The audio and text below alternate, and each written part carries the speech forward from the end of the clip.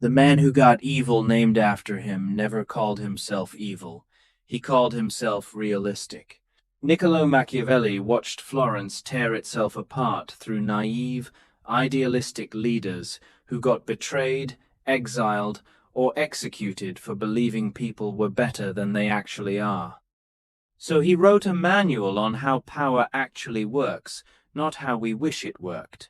Welcome back to the Life Library. Today we're shelving The Prince by Niccolò Machiavelli. Let's start with the man himself. Machiavelli wasn't a tyrant. He was a diplomat who got fired, tortured, and exiled after the regime he served collapsed. He wrote, "The prince broke, trying to get a job with the new rulers of Florence. It didn't work in his lifetime. The book made him notorious. It's still being read 500 years later. Here are the ideas that made it dangerous, and the ones people get wrong. Lesson 1. It is better to be feared than loved, if you can't have both. Machiavelli didn't say cruelty is good. He said love is unreliable. People break promises when it's convenient. Fear doesn't break as easily. This shows up today every time a manager tries to be everyone's friend and ends up with a team that walks all over them. Respect first, fear as a backup. Love alone is not a strategy." Lesson 2. The ends justify the means, sort of. This is the line people misquote the most. Machiavelli's actual point was narrower.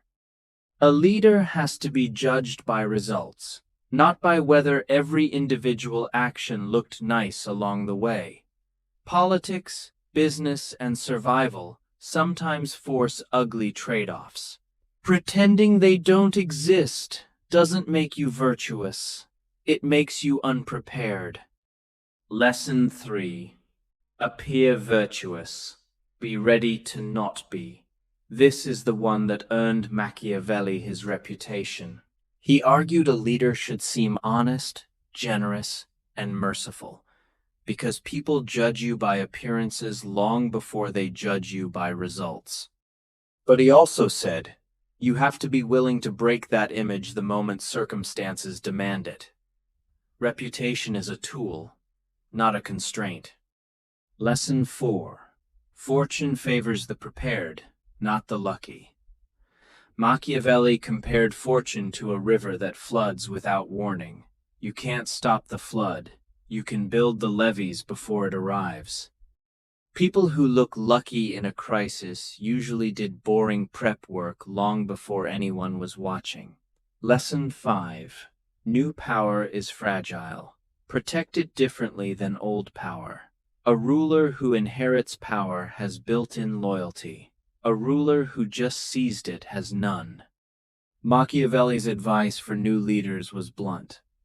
Move fast, make the hard decisions early, and don't drag out the painful changes.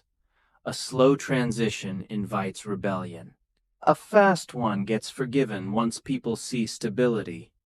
Now here's my pushback, because I don't think you should swallow this whole either. Machiavelli wrote for princes ruling unstable city-states surrounded by assassination plots and invading armies. Most of us are not in that situation, and treating every workplace conflict like a Renaissance succession crisis will make you paranoid, not effective. The useful version of Machiavelli isn't be ruthless.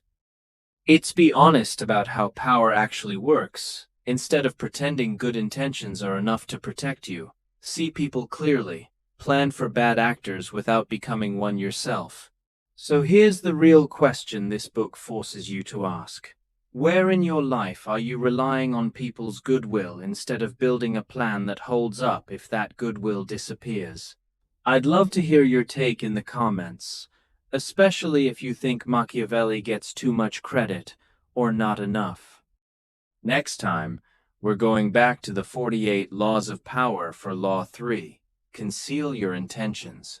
Subscribe so you don't miss it. See you on the next shelf.